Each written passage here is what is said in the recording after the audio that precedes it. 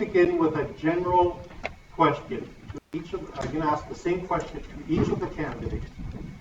And I've told the candidates that they will be given a maximum of 2 minutes to answer this opening question. Afterwards, the questions or comments, the responses from the candidates will be restricted to 1 minute. And we'll see if we have some time for interaction amongst the candidates as well. So Andre Chabot, I'm going to start with you, and I'm going to move this way. Alphabetically, you're seated by last name, and Andre, you come first. So let me ask you this question. How would you increase opportunities for Calgary's nonprofits to bring the wealth of knowledge and insight they have about trends and issues in our community to the city's policy-making processes? Andre, 2 minutes. Either way. My name's Andre Chabot. No, we don't hear you very well. You can't hear me? No. Okay. I'll just speak up. Alright, so check. Test. The setup. Still not working. Alright. It's like the third time, Andre. I think he has a bioelectrical field.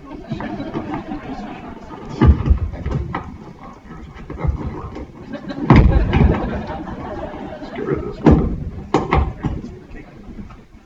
This is working here. Well, at least I didn't start out with the comments that I made the other day, which is like you movie Armageddon.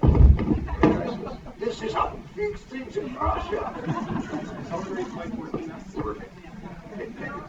So how do we increase the visibility of not-for-profits? As you probably have known, we have what's known as the Innovation Lab in the City of Calgary.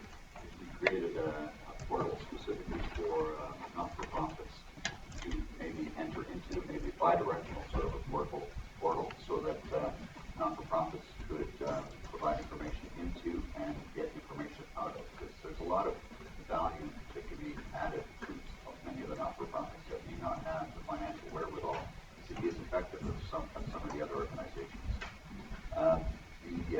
Obviously, not-for-profit organizations add so much value to our community, provide the ability for kids to enter into sports programs through community involvement. A lot of cultural events are hosted by not-for-profit organizations which add value from an artistic, cultural perspective.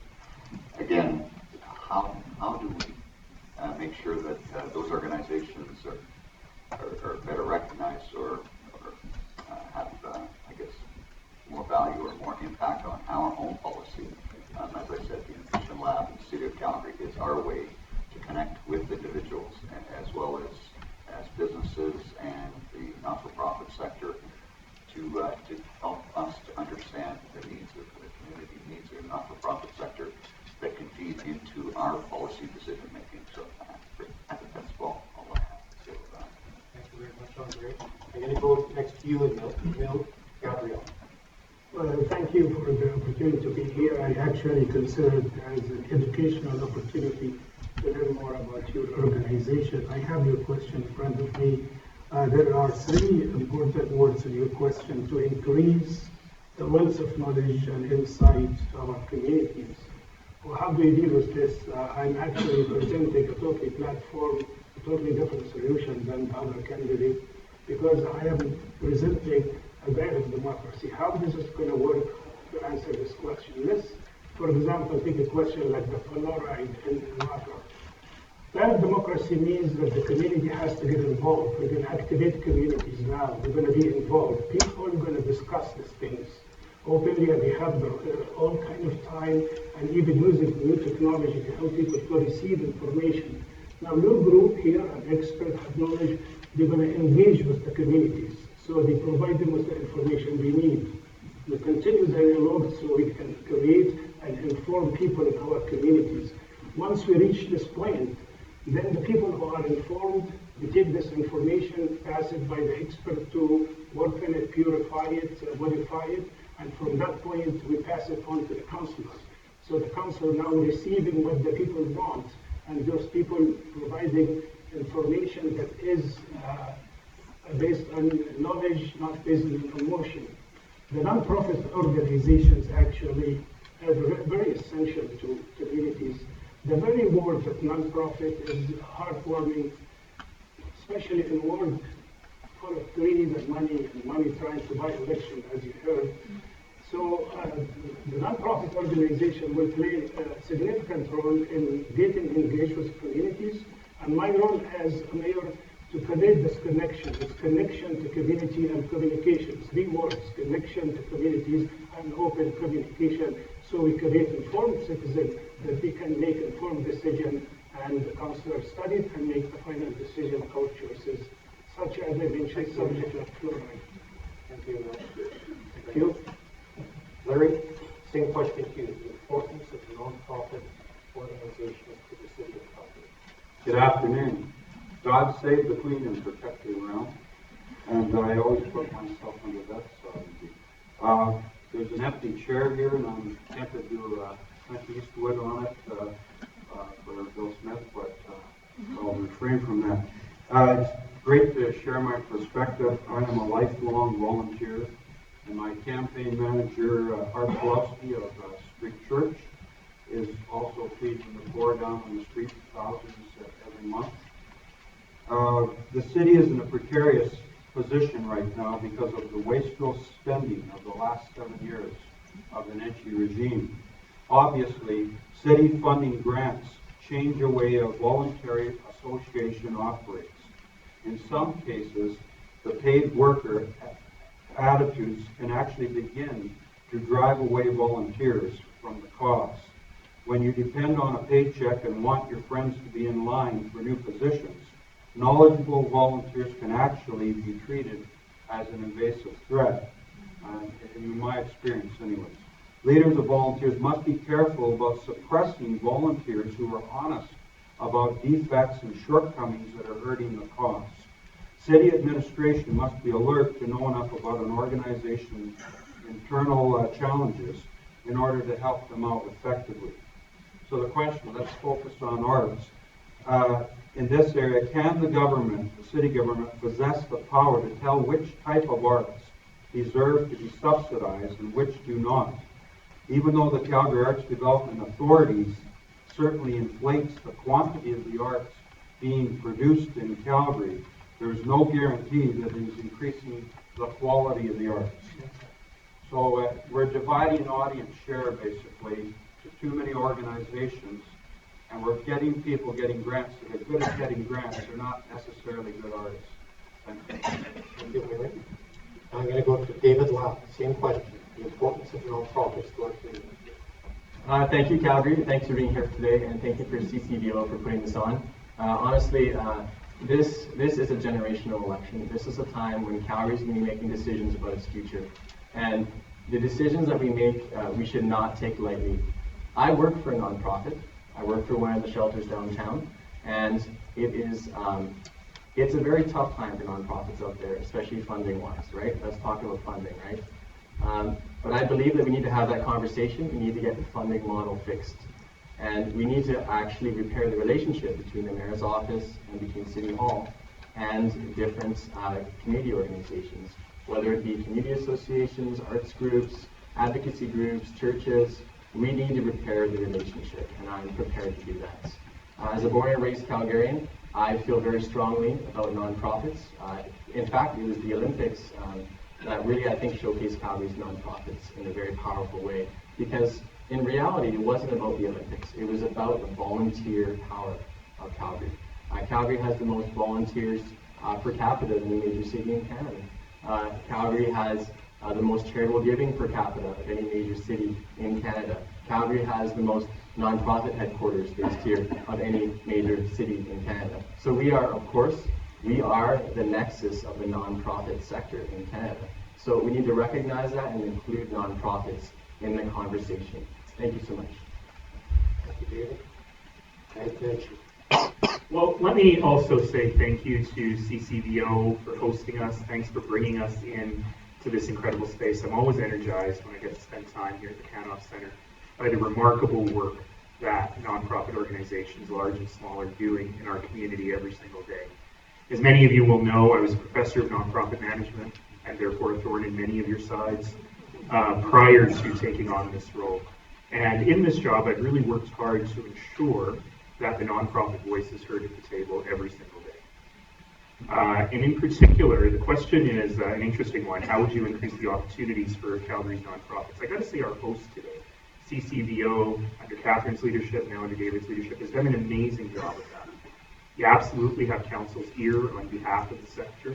Your reports are great, your research is good, not like all organizations out there I can mention, in terms of coming to us and having those conversations with us. And I'll give you a couple of examples of that. There are other amazing, what I call umbrella organizations in the room today. Just looking around the room, I see so many great community leaders. So we have the Federation of Calgary Communities, and they do for neighborhoods. We have Vibrant Communities Calgary, and their important work is the stewards of the Enough for All poverty reduction strategy. Of course, we have the Calgary Foundation speaking not just for funders, but also on the direct work that they do, and on and on and on. And this has been very important for me in this role because I've always said that I am driven by evidence, and I am driven by data, and I am driven by expert opinion.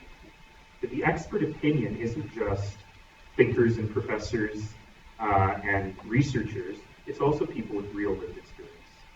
And our job needs to be listening to Calgarians at all times. I'll use just very quickly the Enough for All as a strategy as an example. When we first convened the Enough for All roundtable, the only criteria to sit on that roundtable were you had to be smart and you had to care. And out of that, we built a beautiful grassroots community-driven organization. And if reelected, that is what I will continue to do with the nonprofit sector every day. Okay, thank you. Ladies and gentlemen, you've heard from each of the candidates briefly. I'd like to ask one more question. I'm going to ask them to be briefer in response to this time, 1 minute maximum. And then I'm going to open up to you. I have two colleagues with microphones on either side of the room, Jason and Kathy. And the only thing you'll need to do after this brief round of questions is to raise your hand, and we will come to you for questions. You can direct them to individual candidates, or more than one, or all. So, here's my second question. Maybe this time I'll go in the reverse order, if you don't mind. I'll start with you. We're about to enter a new phase in the city's evolution and development as a charter city. I'd like to ask each of the candidates to tell us what that means for the community. What does it mean for the nonprofit sector? What opportunities does a city charter afford the city for nonprofits to work better together to address community challenges? Naheed Nenshi. Oh boy, 1 minute. The city charter is the biggest change that has been made in the relationship between the province and the city since Alberta became a province in 1905. We've been working on this very, very hard. And the basic idea here is to take the decision-making authority and the funding to the order of government that is providing the service. So that should lead to enormous amounts of reduction in red tape, of bureaucracy, of being able to work directly with organizations. And very specifically for the nonprofit sector, there's a number of things.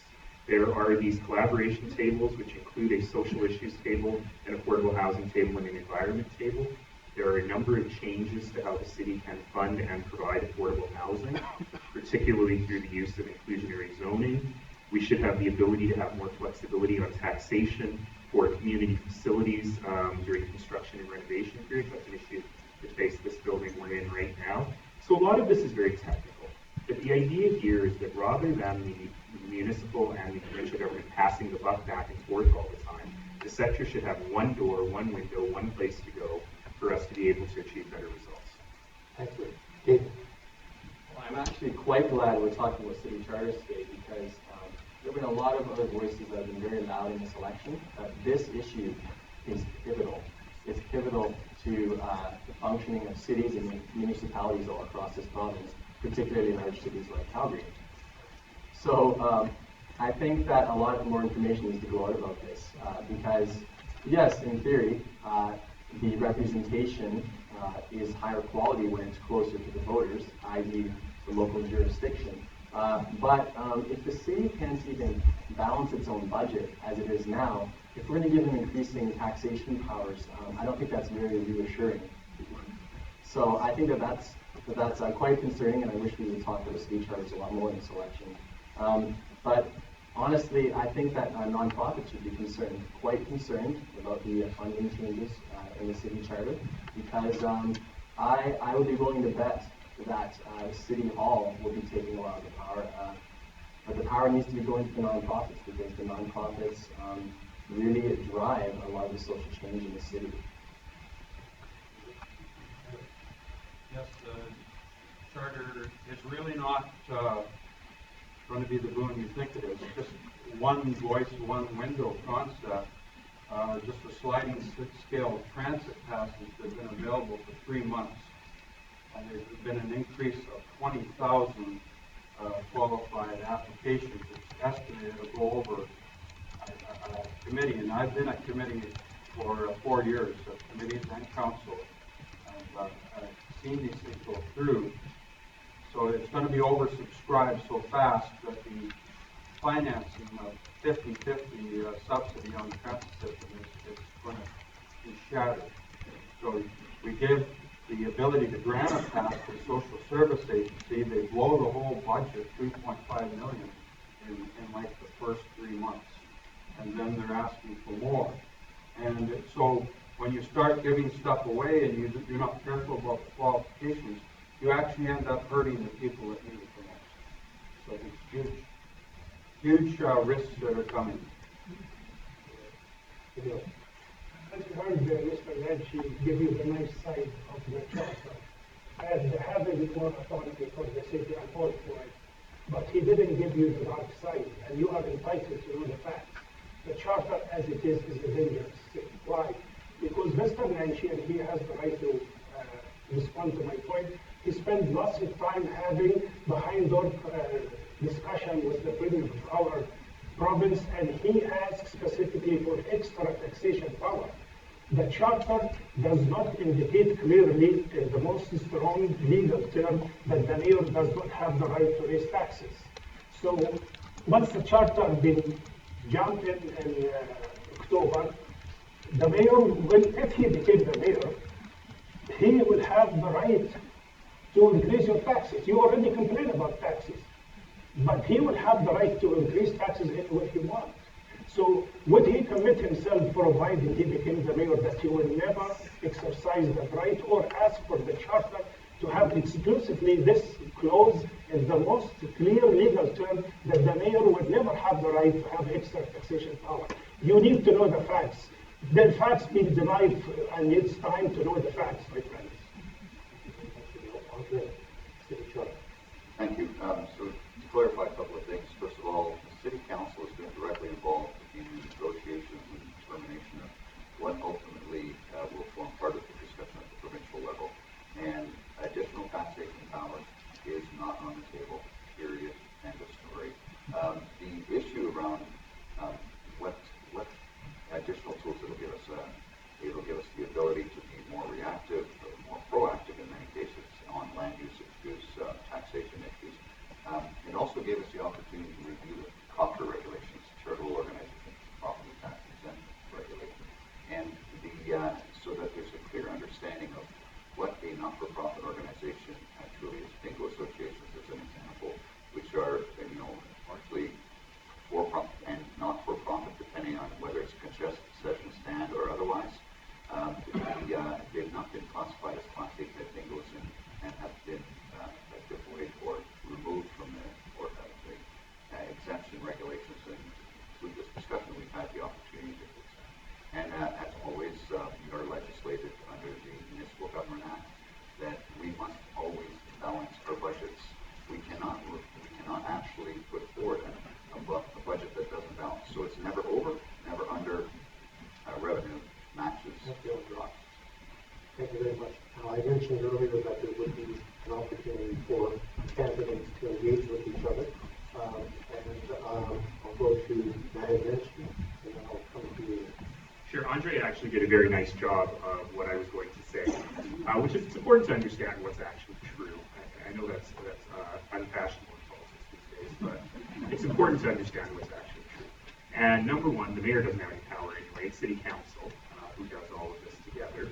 Number two, there are no new taxes on the table except for an amendment to the hotel tax, which doesn't work very well right now. That's already in place. And number three, to a point I heard earlier, of course the city balances its budget. We have never run a deficit. We never will run a deficit. Our debt has gone down over the last 7 years, and we have the best credit rating, one of the best credit ratings of any city in the country. So our financial management is something we should be very proud of.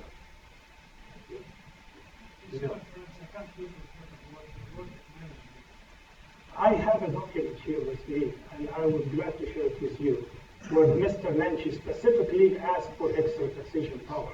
Now, if you are telling the truth, please, you don't have your turn. Why did you negotiate and meet with the premium power province behind closed doors many times? Why this has to be behind closed doors? And then I have the letter. Any one of you want to come to me, I will show you the letter where he specifically asked for extra taxation power. Facts, I have the facts with me. Facts are super fun, but they actually have to be facts. So I have the letter all of here. you, sir, it's my floor now, it's my floor. So whatever random letter he has with them, I'm sure it's a lovely letter, Signed by you. actually check out alberta.ca/city charters and you'll see what's actually on the table. Yeah, thank you. I'm going to go to you now, David, on this question. City charters, you want to respond. What a mess. Goodness gracious. And we have a mayor who thinks he's Ronald Reagan by promising no new taxes. Or sorry, George Bush. George Bush Sr. That's correct. Yeah. So we have a mayor that thinks he's George Bush Sr., which is not very reassuring actually. And promising no new taxes, but we all know how that turns out, right? So honestly, quite concerning, because if the city, the last few years, every time the city appoints an auditor, it fires them because it doesn't like Okay, it. that's not true at all. Oh, now you're interrupting me, sir. Yeah, Sir, I am interrupting Your you worship, because- your worship, No, because your you have to say worship, stuff that's your not true, worship, David. your worship. Let me finish. Yeah. Yes, thank you. Time is almost up. I would like to point out the city has not fired any auditors Your since worship, 2010. your worship, I have the floor, sir. So, you folks have fired just about every city auditor that has come across city council in the last few years. Very concerning. The cycle of trust has been broken. Trust has been broken in the city. Thank you. Okay. So I'd like to point out that you're very welcome to your own opinion, but in front of this group, you're not welcome to make shit up. And so as a result, I apologize for saying that word. Because in fact, the city auditor was dismissed in the spring of 2010 before I became mayor. Since then, we've had two city auditors, one of whom left to move to Edmonton, poor thing, for personal reasons. And the other one of whom is an outstanding city auditor who's been with us, Andre, 5 years now. So I don't know where you're getting that. Okay, final comment on this round goes to you, Mayor. I just want to talk about it, the inclusionary zoning and things like NC3, Carlos condo building. We have a tremendous problem of bad buying at the first, people buying in, and then finding the project actually starts to fail when you go to the second generation sales. And so Carlos condos, the Arts Center, Studio Bell, if you go to the north side and you look, staff parking only. No parking for public at Studio Bell. Now they're going to have to make a parkade across 9th for Studio Bell and the library because there was no plans made for that. Inclusionary zoning will lead to the entire building becoming public housing. People are not going to buy in and let their kids go up the elevator past people that are having pot parties or whatever. So that's it. Ladies and gentlemen, we're going to move on. Although, if we come back to some of the issues that have been canvassed by ladies first, I want to go to you, the live audience right now. Please indicate if you have a question. We'll get a microphone over here. Jason, do you want to over here? But here's what I would ask of each of the participants in the audience. Identify yourself, your affiliation, if you wish, and be very brief, because out of respect for others, there are a lot of questions. Be very brief. Identify yourself first, please. My name is Andre Chabot. I'm a lived experience expert on homelessness. Right now I'm speaking on the National Organisation of the Canadian Lived Experience Advisory Council. I am the one and only Alberta representative. Thank you, Your Worship. Larry, get your facts straight. We got 13.5 million for affordable transit for 3 years. That makes 4.5 million a year. Now, why do you have an objection for my friends living in poverty to actually get around and not be socially exclusive? Answer me that. And then, by the way, there's 4,000 people waiting on a waiting list for the Calgary Housing Company. Do you have an issue with them getting housing, Larry? Answer me that one too. Thank you. Larry, do you want to respond? First of all, the transit passes, the standards for who qualifies for the lowest band, which is $5 a year, are being, well, 5 a month, okay, somewhere around there. But it's very, very low, and the standards of who's qualifying is exponentially expanding. So we're going to collapse the transit system. There's going to, after the election, I'm anticipating per one-way fare going up to $4. The second point is with the inclusionary or the housing model is broken in Calgary, and they're hiding it. There's a lot of units that can't be repaired because the budget isn't there. People are naturally inclined to say, I better shut up and not complain about the leaky tap or the bugs or whatever, because I could be thrown out. The other part of the model that's broken is they're expecting higher paying market rate people to come in and subsidize the people that are getting a higher subsidy.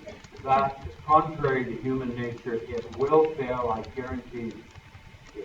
Thank you for the question. Would you like to get in on this question? Yeah, just very, very quickly, thanks for the question, Hillary. Thanks for all your great work managing this. The fair entry program, sliding scale for transit, is absolutely essential. People who are making less than 50% of LIFO can have unlimited rides in Calgary Transit for as little as $5 a month. And what we have found is there has been an enormous upsurge in demand, not just because of the economic downturn, but because so many people were invisible to us, because they were socially isolated. And this is so important for people to get to school, to get to work, to get to the store, to get to doctor's appointments, to avoid getting tickets on transit, which can be a crushing thing for somebody in a poverty trap. So yeah, it's $3.5 million short. We'll find the money.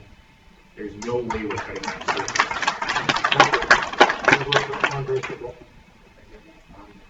While the sliding scale program, which I voted for, is certainly very beneficial and needed, what we need to do more of, though, is to push back on other orders of government whose core responsibility it is. It's great for us to take that lead and set that direction, but ultimately, income support and other issues of that, affordable housing, these are primarily a provincial responsibility. And while I'm happy to continue to take the lead as we did with the drug court, we need to continue to push the correct order of government to at least assist us to fund some of these programs. Thank you. David, I'll give you final comments on this one before we go back to the audience. Thank you. So I believe that, obviously low-income transit passes are, a very important thing in this city. I think that what Calgarians have an issue with, though, perhaps the funding model of how it came into place. I am fully in support of having, obviously, a reduced rate, but I think a lot of Calgarians were concerned that it did cause some budgetary concerns. So I think that we need to maybe perhaps tweak some of the prices, because I do believe that, as somebody who works in the nonprofit homeless sector, it's very important to have participation from the people who are receiving the service, a bit of them giving back as well. So I think that we could perhaps tweak some of the fee rates. Thank you so much. Thank you, David. Comment or question here, please identify yourself. Hi, I'm Elspeth Mayer from YWCA Calgary. Calgary Council recently made some important decisions related to gender and inclusion. And I wonder if the candidates can describe for us what needs to look different 4 years from now. What needs to be different in terms of those seeking elected office, what needs to be different across boards and committees and within administration. Elspeth, have you directed your question to each of the candidates? Yes? Okay, let's start. You want to go first? Okay, go this way. Okay, David, you want to try that? Okay, I'll make sure that each of you get a chance to answer. So I have been unequivocal on this issue for quite some time now. I believe in respect for everyone. However, I am a man of faith. I am a Christian, and I do not support changing some of these gender guidelines. I'm for traditional marriage, and I want to make that clear because who you're voting for, you need to know the values. So I'm not going to hide that. I'm going to be very clear about that. But it doesn't mean I'm not reasonable. I'm willing to work with anyone. I'm willing to work with anyone who's reasonable. I'm willing to show respect. But I am quite concerned at what I do see as inappropriate changing of guidelines. Thank you so much. This affirmative action for even political offices, I made a tweet at Calgary Senate last year that there's potential candidates in 2017 considering having operations in order to qualify to be one of the 50% or whatever. But this is forced social engineering. It is cultural Marxism. It's a deconstruction of our family, and our birth rate is historically low. And you're very irresponsible. 50% policemen, 50% firemen. You're putting us all at tremendous risk. Tremendous risk.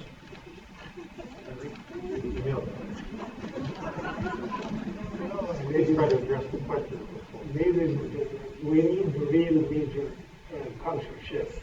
I'm running for mayor, not a priest in chief. People, lifestyle, and all these things, it's none of the mayor business of the council. We have to respect people as humans, and everybody has to be treated equally. And I would be leading in this.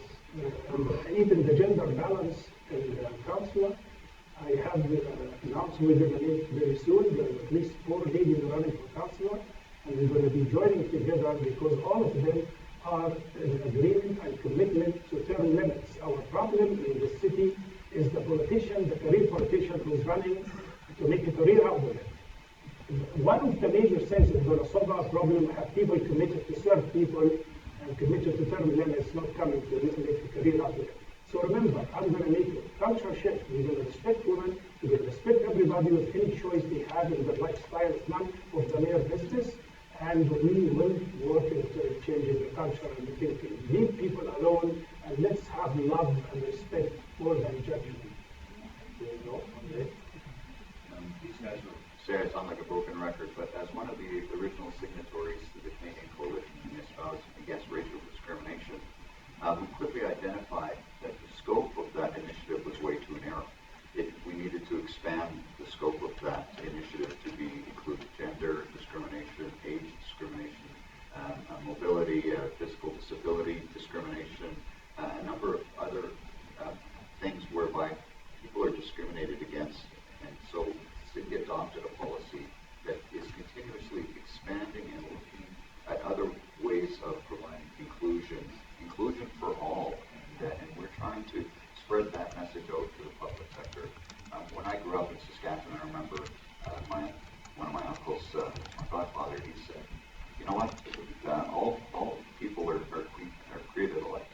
There is only one race, human race, and I support human race and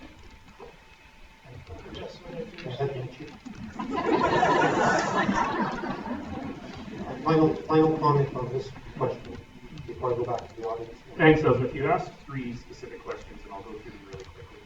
The first one is dealing with gender equality on our boards, committees, and commissions. Councillor Chabot and I sat on the first ever nominating committee for council last year to appoint citizens to these things, and I will tell you that issues of inclusion and diversity were very much at the top of our minds in those appointments. I think we've done a pretty good job. In terms of women in the senior management levels of the city, we have not done a good job. And one of the questions I've asked the city to really examine is how come we're really good at hiring a diverse and inclusive workforce and we don't seem to be good at promoting an inclusive and diverse workforce? And are there systemic barriers within the organization that are making it difficult for people to be promoted? I'm excited because we have a woman in our senior management table again. For a while we didn't, and we need to continue to do that. Finally, women running for office. In 2013, we had the lowest number of female candidates for city council in decades. Our council has 2 women out of 15 on it, which is the lowest number in decades. And we have to work hard to encourage more women to run, to give them the opportunity to win. As I said to the Ask Her group, you met your quota, 20, quota is bad word, you met your target, 20 women running for office, which is great, there's 21, but we need to do much better than that. And we need to not only ask her, we need to help fund her, we need to help run her campaign, we have to help her win, and that's an area that's been a passion of mine for a long time, and we're not doing good enough. Thank you for the, well, we're going to move on. Move on, Emile. We're going to move on, Emile, to the next question. Elspeth, thank you very much for asking that question. And I'm sensitive to the fact that we're here having this discussion about a single woman candidate running for mayor of our city. I'm personally embarrassed by that. I'll be sure that with you as the neutral moderator. I have a rule that I don't sit on all men panels anymore. I call them manels, but in this case, I have no choice. Jason, do you have another question here? Comment right here. Please identify yourself. Hello, my name is Veronica. I'm a social work student at Mayoral University. I'm actually very shocked at the things that are coming out of your mouth. I just had to acknowledge that. Also, my question for everybody is, how much time have you actually sat down with the nonprofit sector and asked them what they want? And if so, what are the 2 main goals? Very specific question. Would each of you briefly like to address this? Could we start with you this time? Sure. That was my whole career before I came here. So, of course, I spent an enormous amount of time with the nonprofit sector, both doing research and doing action work and consulting with nonprofit organizations. So, a lot of it. The number 1 and number 2 things we hear about is predictable, stable, long-term funding. It's always about money. Which it should be. But number 2, which I think is more relevant and eye-opening, is the need for a systems approach to how we think about social issues. The nonprofit sector themselves constantly are talking about the fragmentation of the sector, how people are working at cross purposes, how government sometimes is working at cross purposes with the nonprofits. When you look at a complex issue like poverty, the whole point of the Enough for All strategy is to take a systems-wide view, put the person, the individual, the human being at the center of what we do, rather than the grant application or the process or the bureaucracy or the funding, and figure out how we can help that person achieve their best possible dignified life. And that really does mean taking a step back and thinking big picture about how we work together. There's still competition, and that's a good thing, but how we work together to ensure we're laser focused on the outcomes for the citizens we serve. Thank you. David, you've already addressed this question before. Thank you for the question. For many years, I worked for nonprofits. I even did the executive assistants for one, and obviously right now I work frontline. I work with the homeless one-on-one. But I have obviously had an opportunity to sit down with many executive directors and many CEOs of nonprofit organizations, and you do see a lot of concerns around the funding models. It's quite a concern, particularly in these times, these tough economic times. So what I'm in favor for funding solutions is not just just giving more money, but what we need to do is be strategic. I think that nonprofits are very strategic. They have to be, because they live and die on funding. So what we need to do is give them seed funding that's targeted at making them self-sufficient, right? And we need to perhaps tweak some of the work with other levels of government to tweak some of the funding around taxes and some of the legal aspects of how you can raise funds. Thank you. The forum outside of Peter Junction, which I was excluded from, so I added my input with a picket sign and talked with some people, and there were people very frustrated by the fact that it's compared to mining gold, the government is not so free that it could get away with refusing to fund the untalented. But because it becomes a political question, how many people does this affect? How many sectors does this make us look good in? so that you might be mining a lot of fool's gold, but the true artists are not in it for the money. It's an inner satisfaction. The true artist is unlikely to be scrambling after grants. So you're going to get a lot more people. You've gone from Year of the Cultural Capital to the CADA organization giving out what, 160 grants. So this is dividing and putting the cornerstone groups in jeopardy because the audience share is only so big. Thank you for your question. And, I still do not try to understand. We spoke to your organization, find out how many members, for example, 800, how much money the organization needs, about 1.8 million, because that's the manager do understand the problem and how we can help. Now, I read in their website, for example, as the sector builds its adaptive capacity, we need to think differently, considering the changes in our economy, the changes in social, all the changes that we're experiencing lately. And that's why in my opening statement I mentioned here that we need those experts to have more engagement with the communities. Communities going to participate. I'm going to activate the communities when I become a mayor. And those experts with their knowledge and experience, they're going to help the community to understand the issue, to know right, to give them information so they can make informed decisions. Now, if they need funds, we need to see how we can raise funds for them. If the fund can even come from the community, because today, for example, one of the challenges corporate cannot support the organization because of the downturn economy. But there are people in the community. When we engage the community, there are people who care about the non-profit organization, and we will help them once we open the channel of communication. I speak from experience because I'm a person who experienced poverty, and I know the needs of the people in the city versus Mr. West and extra spending here. The money that wasted, and we help other people. Thank you. Obviously, funding is an issue. One of the major challenges, of course, for non-profit organizations is the downloading of some of those costs from some of the decisions that are passed on, increased amount of service requirements for you to be able to do your work. And so I know recently I brought something back to council about increasing the level of funding for festivals and cultural festivals and events, because some of that downloading of the costs and the increased burden on some of those not-for-profit organizations. I've volunteered pretty much my whole life. I'm involved in the executive level in 1998 with my community association, and I continue to be involved with many not-for-profit organizations and on the board. So I have a bit of an understanding of their finances.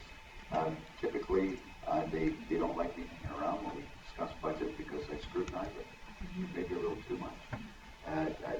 It's challenging. You're talking about people that are giving freely of their time to provide services to the community, and I applaud all of you for all the great work that you've done to help to keep our community great. And I guess this was 80-20 rule. 80% of you, or 20% of you are doing 80% of the work. That's also a big challenge for you guys. And happy to continue to promote not-for-profit organizations because of the great work that they do. Obviously, funding, more FCSS funding, et cetera, et cetera. Thank you very much for that question. I'm going to go to a couple more questions from our audience before I go to some of the online comments and questions we received today. Do you have one up here, Doctor? I can't quite see up there. Okay, there's no light up there, so could you come out so we can ask you to identify yourself so we can see you?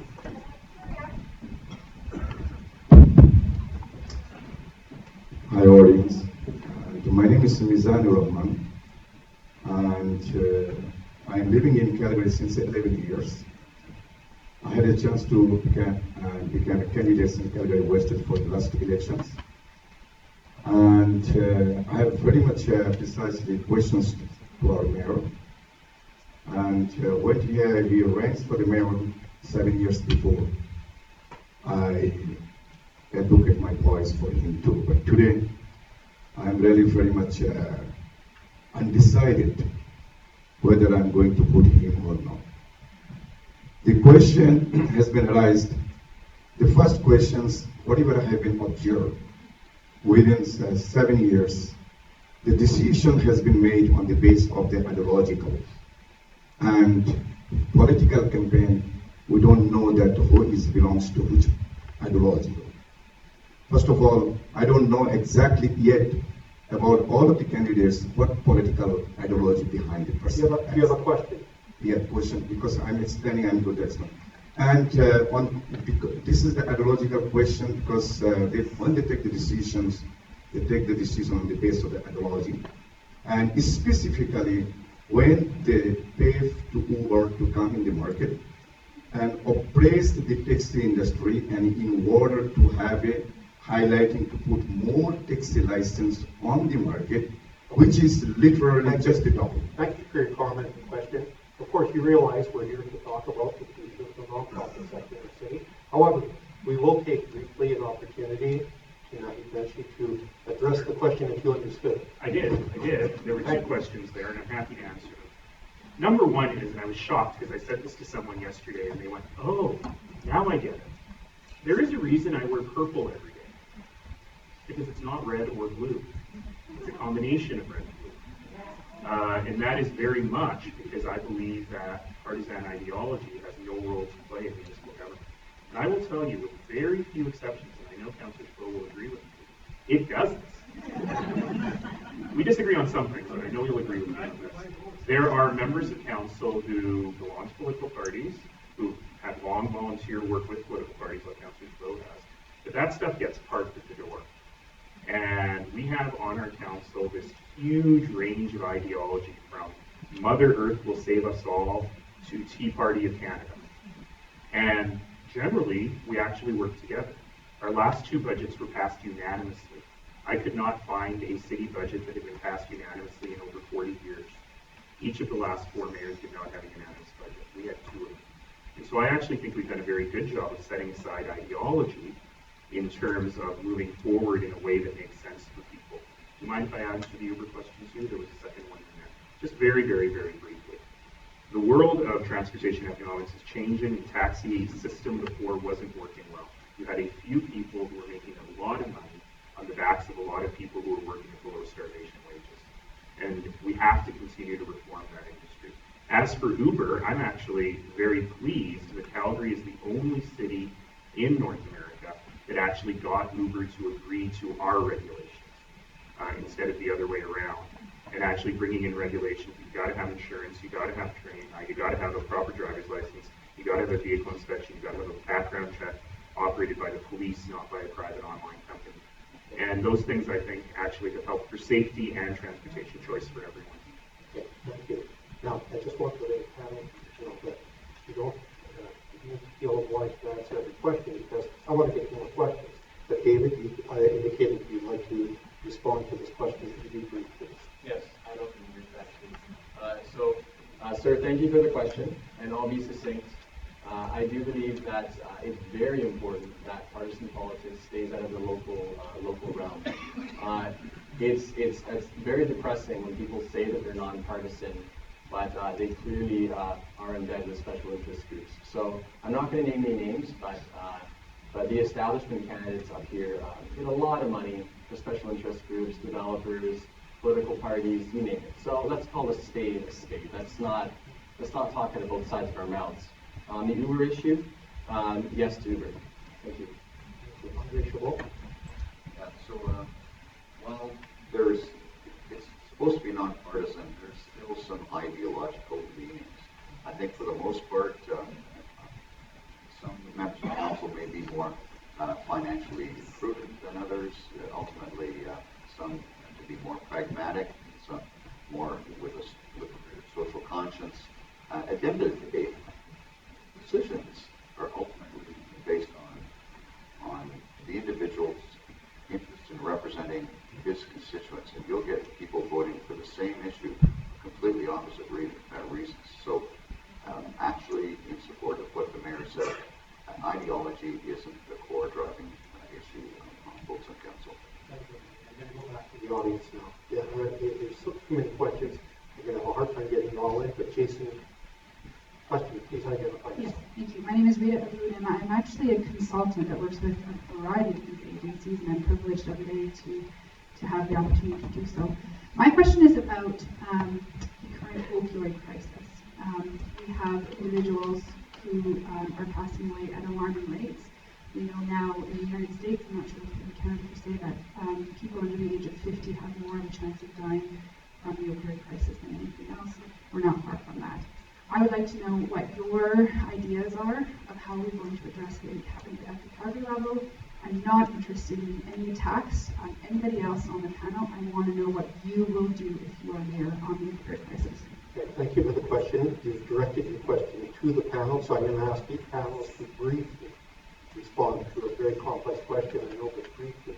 Andre Chabot, can I start with you and I'll move this way down. Sure, yeah, it's obviously a very complex issue. We need to be able to provide social services assistance for mental health issues, because a lot of it is driven under mental health. Employment is a critical piece at this point, because there's a lot of people that are pushed into isolation because of the lack of employment. We also have an issue with supply. Supply is a big issue right now, and we have limited resources for our officers to be able to address the supply chain and hold criminal account. So I do think we should add more resources to the police department as well to address supply. Yes, Mr. Chabot made a good point, and the research showed that economy has something to play with the problem. Like some cities down the state, the opioid problem is related directly to economy. When people don't have a job and they don't have hope, and then they tend to run to drugs. But that's a complex problem, so we have to tackle it from different ways.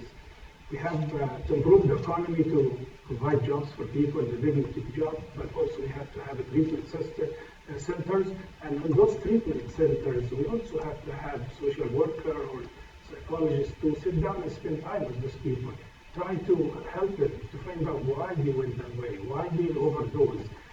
People need to feel acknowledged, loved, and cared about. All this geared in the economy. When we have the money, then we can deal with this problem and supply the money we need. And I am qualified here to help them in our local economy. You experience 7 years of wasted money and overspending and overtaxing. Look at my website and look at my qualification. I'm a consultant. I sit down with companies, show them how to build the company, how to manage the team, how to expand. I am bringing the skills to the city. And that is my promise to you. Go visit my website and examine my bio, my history of service to the community, and my qualification. Just last week, there were 5 first responders that had to be taken in, given naloxone, because exposed to the powder from fentanyl. And now we're going to open a drug injection site at Sheldon Shamir and bring these people in with powder all over them to risk the rest of the people. So we have to be very severe in our penalties. I would recommend for distributors of fentanyl the death penalty. I would, because they are directly killing people as much as somebody with a radioactive canister walking around downtown Calgary. We'd take them out in a minute. We really would. Okay. David. Okay. So I am actually a frontline worker that works with people that had overdoses. I've responded to multiple overdoses. So I don't speak from theory, I speak from experience. Unbelievable some of the comments that are being made. Actually, quite unbelievable. Wow. But yeah, there is a role for harm reduction, obviously.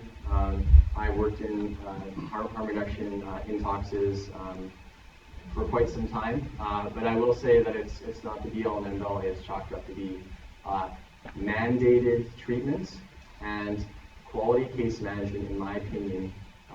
Working on the ground is actually, that is really how you break the cycle. We have to do it all. It's no surprise to anyone in this room that this is a crisis of unspeakable proportions. We lose 3 to 4 people a week in this city to fentanyl overdose. Some of them die on the street downtown. Most of them die in rec rooms and living rooms and garages and cars and kitchens in every neighborhood in the city. They're men, they're women, they're at every income bracket, they're at every age. We lose more people to fentanyl than we lose to car crashes and violent crime combined. So we have to work on all four pillars, and we have to do them simultaneously. Prevention, treatment, enforcement, harm reduction.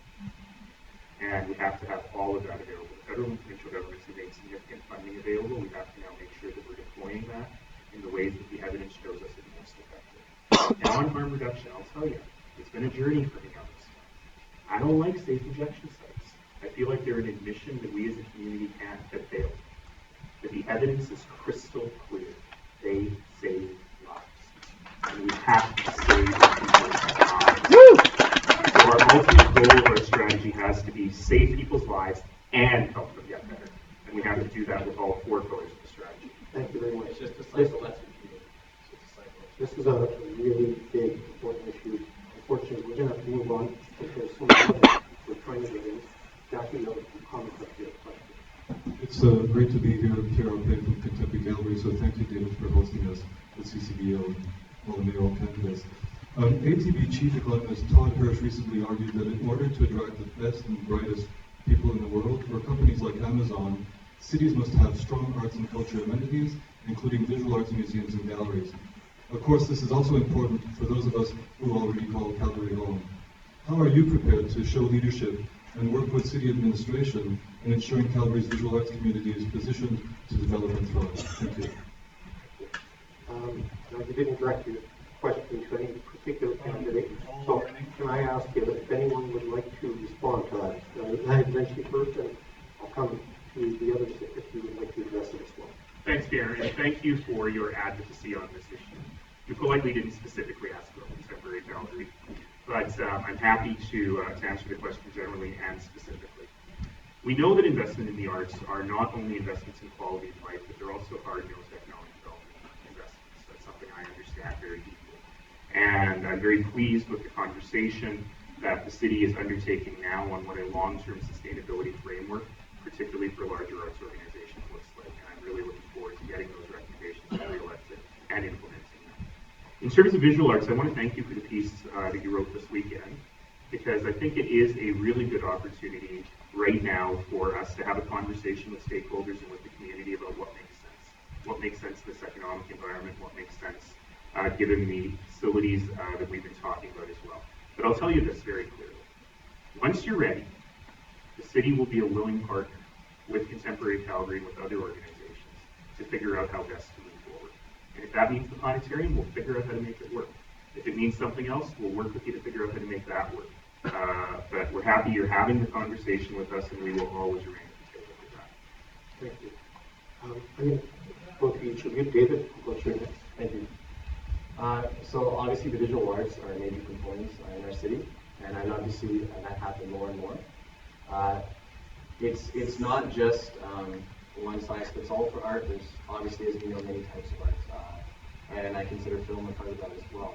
So we need to definitely see arts as definitely a huge investment in making a livable city for any large or small organization that wants to move here, or any organization that is here, including businesses.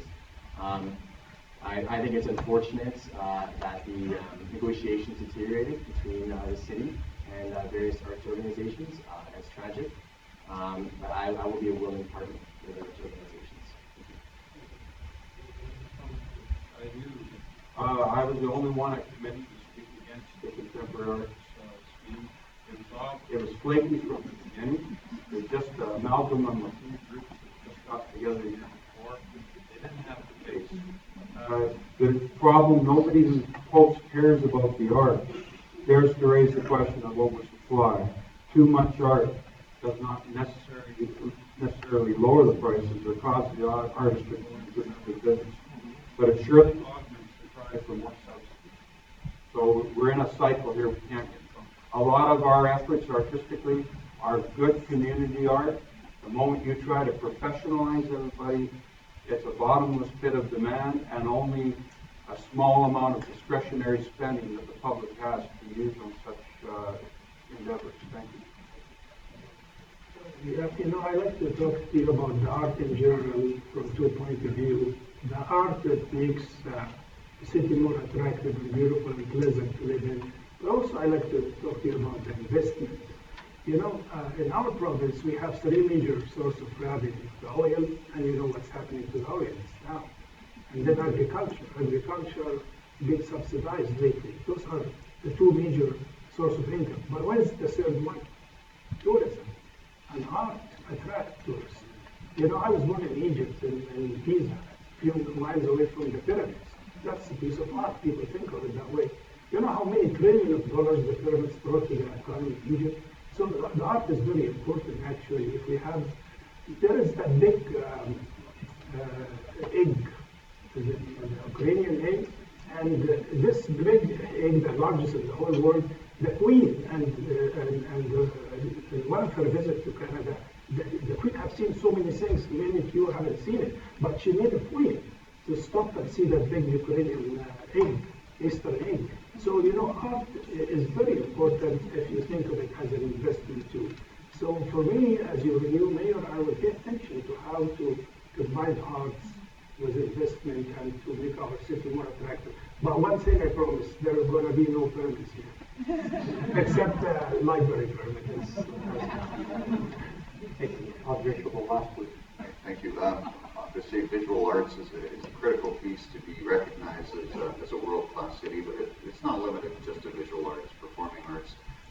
Generally speaking, if you want to be able to attract investment into your city, you have to be able to provide a multitude of different amenities and services and artistic opportunities for people to come to want to move here. You have to provide quality of life amenities, and for me, one of our biggest challenges right now with some of our art associated with infrastructure projects is the attention and focus around the automobile. I think a greater emphasis needs to be put on placing of some of those artistic pieces in the public realm where people get the benefit the most and actually take the time to truly enjoy those pieces. Thank you. Thank you. Now, ladies and gentlemen, I ask my colleagues, Jackie and Jason, just to pay attention. All those who would like to make a comment or ask a question who haven't had a chance to, please raise your hand. Okay, that's what I was afraid of. Thank you. And I'm hoping you're paying attention because here's what I'm going to propose. We've also had some questions come to us online as well. We've been hearing from our candidates for mayor, getting to know them a little bit. It's important for us to hear from them. It's important for them to hear from us as well. Here's what I'm going to ask in the time that we have left, which isn't so much. I'm going to try to get through as many of you as I can in rapid succession. Please be respectful of trying to get as many questions and comments in so that the candidates can hear what's on your mind. I will allow them in their concluding remarks to try to address the issues that have come up in your brief comments. So I'm going to start off with a few questions online just for your information to the candidates. How will you champion the expansion of licensed and affordable child care? Do you support a civic plan to ensure poverty reduction professionals and housing for all? And what is your position on a basic income? Oh, yeah. Those are three very big questions. We're not going to have time to address them all. But if you could raise your hands again, I'm going to go one side to the other, and we're going to try to get to as many as we can. And Jason and Jackie, I'll ask you to be alert. We'll start here. Please identify yourself. My name is Don Baker. I'm Mayor Nenshi. My question is, I'm a person with lived experience. I have a long history of addiction and recovery. I don't want to go into the opioid crisis, and I thank the person that asked. My addiction is in peer-to-peer employment.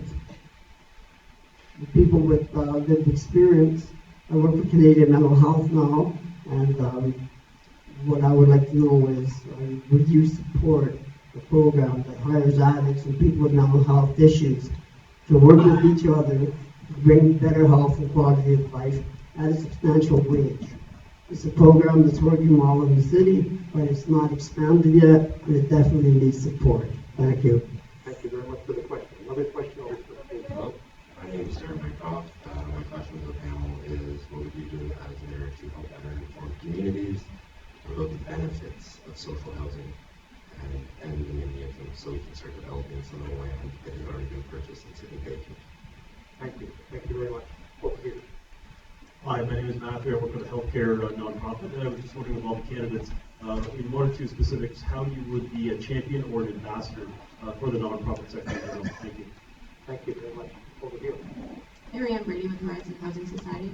Related to the 2016 Council's approval of the corporate affordable housing strategy, I'm wondering what you envision to be some successful solutions to making housing more affordable to Calgarians. Thank you.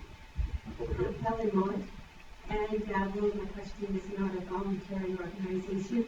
I would like to know from each candidate how you would address re-looking at fluoridation after we've got it out of our poison out of our pure drinking water. Okay, thank you for the question. Over here, please. I'm Wayne Stewart. My question is why Bill Smith isn't here. And I suspect he's either afraid of this group or he has nothing to add. There's a lot of the kind of stuff that the mayor mentioned going around in this. But one thing that is missing from many of your websites is your vision for the city. I'd like to know in 4 years' time, what difference are you going to make to this city? Question over here. My name is Nigel Kirk. I have been a homeless rights activist for almost 10 years now, after being on the streets for 8.5 years. And the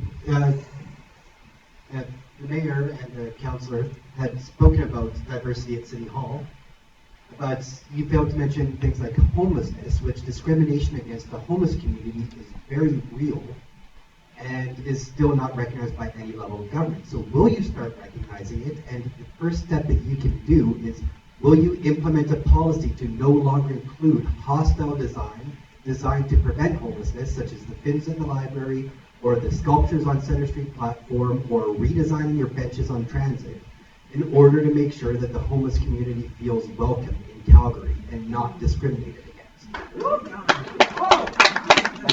Over here, please.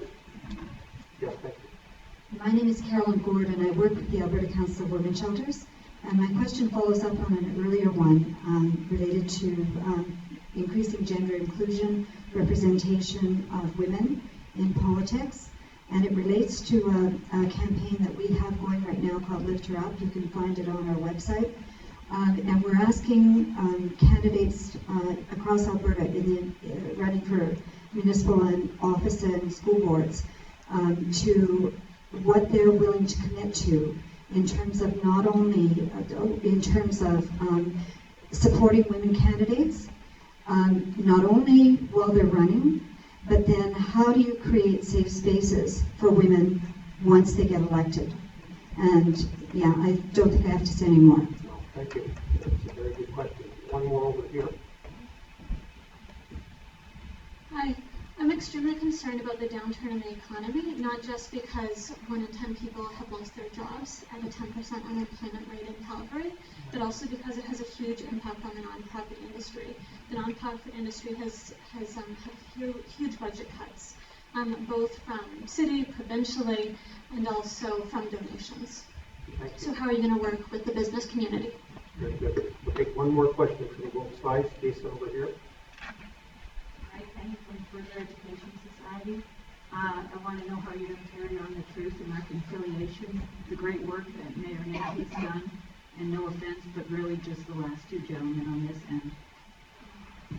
And one more question here, please. Hello, I'm Courtney Heron from Momentum. My question is in regard to social procurement. Progressive cities around the world are prioritizing purchasing from businesses and charities that run businesses that are able to demonstrate community benefit. How will you prioritize social purchasing or social procurement? Very good. Thank you. Well, to the candidates, you've heard a range of important issues here from the audience. This is what's on the mind of our community. I'm going to move into our concluding portion of this forum. And I'm going to ask each of you in turn to address some of these comments that you've been paying attention to, that you've been taking note of. You won't be able to do justice to all of them, that's for sure. But I'm going to give you each 2 minutes, as I did at the start, 2 minutes to address these issues in your concluding comments in whatever way you wish to. Andre Chabot, I'm going to start with you. Right. You guys certainly have some really good questions. There's absolutely no way I'm going to be able to address them all. We just start with a couple. In regards to the recognition and moving forward on reconciliation for the Indigenous community, absolutely no way I can match what the current mayor has done. But the White Goose report did by a number of initiatives that we can undertake. I think it was like 43 recommendations that direct municipal implications, of which one of them is coming forward to council as part of the budget deliberations to actually create an office to maybe implement some of the recommendations out of the White Goose report. As far as not-for-profit organizations, I certainly understand some of the challenges, certainly not all the challenges that all of you face. It is an ongoing I guess, need for our city to continue to promote and support our not-for-profit sector because of the tremendous value that it adds to the quality of life of citizens. I think employment, critical piece that we need to add to our objectives over the next little while, trying to do whatever we can, reduce regulations, ease of entry into our city, continue to promote our city, to create employment. Again, there's so many aspects right now for society and some of the society issues that exist that are directly related to unemployment numbers. That's one of the other issues. Inclusion. There's issues that came up today that I am not familiar with, and I'm certainly open to having those discussions. As I always say to somebody who wants to meet with me or donate to my campaign, I say, well, thank you very much for your contribution, but just so you know, my door is always open, regardless of whether you've contributed to my campaign or because you've met me on the street and you have an issue. I'm always welcome opinions, even contrary opinions, to help me to make my decisions better. So thank you for your input today. Thank you to CCVO for putting on this forum. I'm looking forward to at least continued discussion today, and welcome and look forward to learning what it will be. Thank you. We'll answer the general questions, and then I'll answer the specific question from the lady over there. Actually, even the questions sound like different. Actually, there is a common thread that tie all this question together, which is the economy, the local economy. Money solves lots of problems. Money is not the answer for every problem, but it solves lots of problems. I am not against Mr. Nenshi personally. I like him, and in the last debate, I offered to give him a hug and he's great. So, people told me, I've been comparing since December, and before that, I keep a close eye on what happened in the city. There is waste. There is money spent in a project that completely shouldn't be spent there. So waste and duplication in the city. And as I mentioned to you, I'm taking my skills to the city and will end this era of waste and duplication and start saving money. Money is going to help us to solve lots of problems. All this kind of problem you mentioned, the need for non-profit organization, fund, lack of fund. When we generate funds, we can help non-profit organization, for one example. So people's number one concern today is the local economy.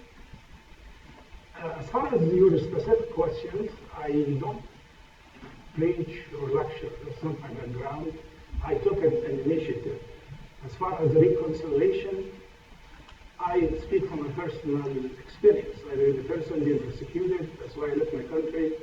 And also I experienced poverty because after the death of my father, leaving 6 kids with my mother to raise them, the oldest was 11 and half me, youngest was 4. I experienced these things, I understand it. So I met with the Tsuut'ina Nation to start relationship with the First Nation, and that's what I mean. I took an action to meet with the Aboriginal group, understand their needs, and to start to establish healthy relationship between the two nations when I become your mayor. Thank you. Thank you. Thank you very much. It's been great to be with you this afternoon. I just want you to know I'll bring my A team to the City Hall. I pledge to bring the office of the mayor under the lordship of Jesus senator that's helped me in every problem I've ever experienced. We basic minimum income, I actually agree with it in accordance with Milton Friedman, the conservative economic genius, and he had conditions, and I have conditions, that with the corresponding granting of the basic income, the amount going to social services is phased out. And that must happen. People must take self-initiative. If they blow their basic income, then they are really going to be in dire straits and subsistence only. Secondly, all financing of the basic income must come from the Bank of Canada interest-free. None of the charter bank interest money must be used. It must be directly interest-free from the Bank of Canada, as was done with City Hall after the war, the biggest infrastructure spending program in the history of Canada, interest-free money. The Truth and Reconciliation, 96 recommendations. Read them through. They're absolutely bankrupting. They're written by cultural anthropologists who hate our culture and want to deconstruct us. They want to deconstruct everything that made us one of the greatest countries in the world. And if you're a Canada hater, I feel very sorry for you. David, please. I feel like I'm waking up from a dream. Folks, so many questions, so much hurt in the city, and what you need is you need a candidate, you need a mayor that cares. Guys, I love Calgary. I'm from Calgary, born and raised in the Northeast. I've seen so much hurt. Guys, we need a mayor that cares about Calgary, that's willing to work collaboratively with the nonprofits in this city. Whether it's with homeless agencies, such hurt, and such neglect, policies that are just really pushing the homeless to the side in the city, and it's quite concerning. As well, I'd like to see that community associations, the neighborhood community associations, are really surprised that they weren't brought up in this conversation, and that's a key part of my platform, is seeing the neighborhood community associations, the relationship with the city repaired, and also that their funding models are repaired. That's a major issue for the vision of our city. I believe a real key in terms of the funding, because I know that's a big thing in everyone's mind, is it's about P3, it's about public-private partnerships. The city doesn't have all the money, it has some of the money, and it should contribute some of the money, but we need to unleash the power of nonprofits and private sectors to also be self-sustainable as well. So it's a group effort. I don't have all the answers. I'm not going to lie to you and say I have all the answers. Some up here will. Some up here will tell you that they have all the answers. I do not have all the answers. I have some of the answers, and together, we will work together. We will make Calgary better. Thank you.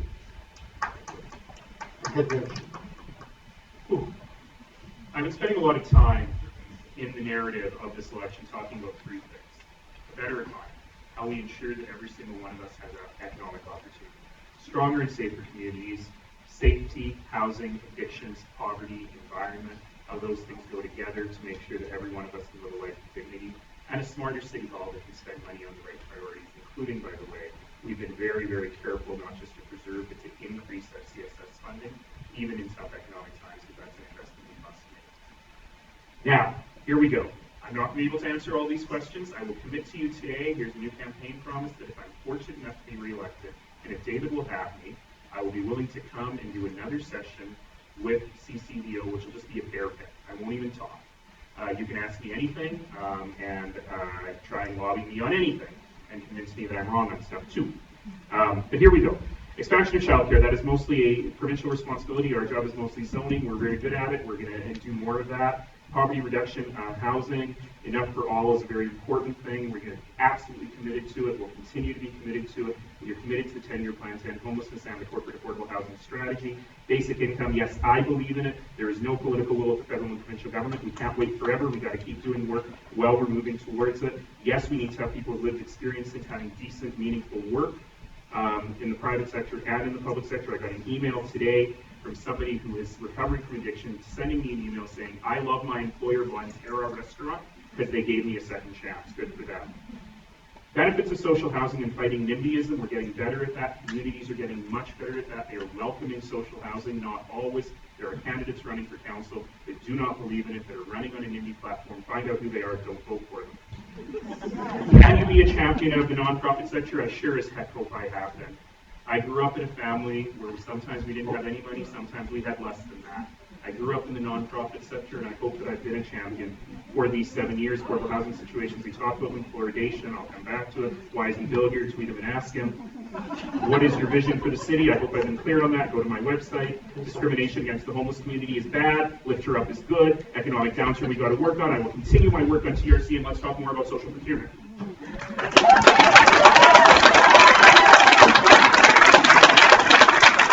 Thank you.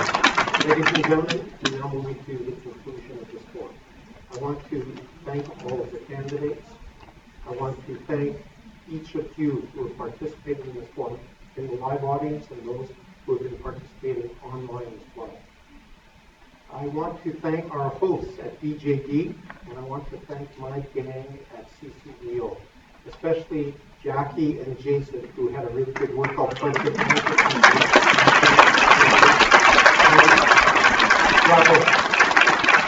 And my whole team, who you're not seeing all of them, who behind the scenes organized this forum, especially my colleague Emile Gabriel, who did a marvelous job. Would you join me in thanking my gang? Ladies and gentlemen, after we give a round of applause to our candidates, just remember the election, the municipal election, is October 16th. Advanced polls are open next week. Don't forget to get out and vote. Our community assembled here today is really important to this election. This election is important to us.